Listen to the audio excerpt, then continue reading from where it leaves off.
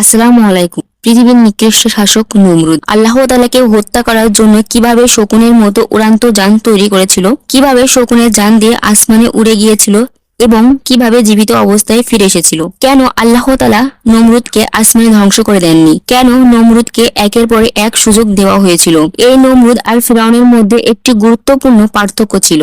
ফিরাউন জানতো আল্লাহ তাআলা হলো এই পৃথিবীর সৃষ্টিকর্তা এবং পালনকর্তা, কিন্তু সে জেনে শুনে এটা গোপন করত। নমরুদ ছিল মাথা মোটা। নমরুদ আর ফিরাউন দুজনে নিজেদেরকে খোদা বলে দাবি করেছিল, কিন্তু নমরুদ কখনোই জানতো না তার উপরে খোদা আছে। এজন্য রব্বুল আলামিন ফিরাউনের থেকেও নমরুদকে বেশি সুযোগ দিয়েছিল নিজের ভুল বোঝার জন্য।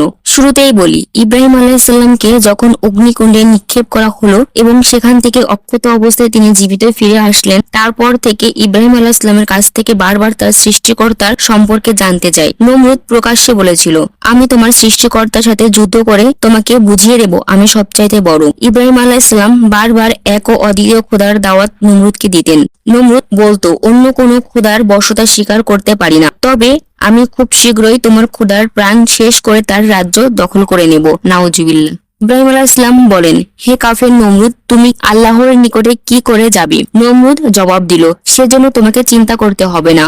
তারপর পাপিষ্ঠ নমরুদ পাপাত্মা ইবলিশের পরামর্শ অনুসারে 4টি শকুন লালন পালন করলো এবং ইবলিশের সহযোগিতায় শকুন পাখিগুলো নমরুদের কথায় তার ইশারায় তার কাছে এসে উপস্থিত হতো। তারপর নমরুদ 4টি মোটা তাজা মেষ জবাই করলো। তাদের চামড়া খুলে তাদের মাংস শকুনের মাথায় এমন ভাবে ঝুলিয়ে দিল যেন শকুনগুলো সেই চামড়া থেকে মাংস খুঁটে খাওয়ার জন্য উপরের দিকে যখনই মুখ উঠাতো তখনই নমরুদের সৃষ্টি করা সেই যানটি আকাশের দিকে উঠতে থাকতো। আল্লাহ পাকও চেয়েছিলেন নমরুদ যেন তার মনের আশা পূরণ করতে পারে, কারণ নমরুদ ইব্রাহিম আলাইহিসসালামের সাথে শপথ করেছিল যে কোনো মূল্যেই সে আকাশে উঠবে এবং ইব্রাহিমের খোদাকে হত্যা করবে। তারপরে সে ইব্রাহিমের কাছে আসবে। তারপর নমরুদ তীর ধনুক নিয়ে একটি যান তৈরি করলো, যার 4 কোণে 4টি শক্তিশালী শকুনকে বেঁধে দিল। ইবলিশ শকুনগুলো উপরে ভর করলো। তারপর শকুনগুলো নমরুদের ঝোলানো মেষের চামড়ার দিকে মুখ উঠানো মাত্রই যানটি আস্তে আস্তে উপরের দিকে উঠতে থাকলো, কেননা শকুনগুলো সেই মাংস খাওয়ার জন্য উঠছিল। এভাবেই শকুন মাংস দেখে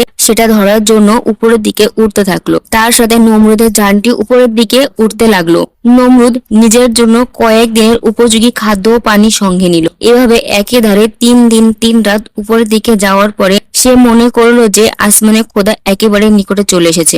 নাউজুবিল্লাহ। তারপর নমরুদ সেখান থেকে উপরের দিকে কতগুলো তীর নিক্ষেপ করলো। আল্লাহ তাআলা ফেরেশতা জিবরাইল আলাইহিসসালামকে বললেন, জিবরাইল, আমি আমার পরম শত্রুকেও নিরাশ করি না, তুমি নমরুদের মনের আশা পূরণ করে দাও। তারপর নিক্ষিত তীরের প্রত্যেকটির মাথায় এক একটি মাছের রক্ত মাখিয়ে দাও, যেন নমরুদ এ ধারণা করে সে আসমানের খোদাকে হত্যা করেছে। ফেরেশতা জিবরাইল আলাইহিসসালাম আল্লাহর নির্দেশ অনুসারে নমরুদের তীরে রক্ত মাখিয়ে এমন ভাবে নিচে প্রেরণ করলো যাতে নমরুদের জানের উপরে কতগুলো তীর এসে পড়লো। রক্ত মাখা তীরগুলো দেখে নমরুদ তো খুশি হয়ে গেল এবং সে ধরে নিল যে ইব্রাহিমের খোদাকে সে হত্যা করতে পেরেছে। অত্যন্ত আনন্দ নিয়ে সে এবার নিচে নামার সিদ্ধান্ত নিল, কিন্তু সে ভাবনায় পড়ে গেল সে এবার নিচে নামবে কি করে।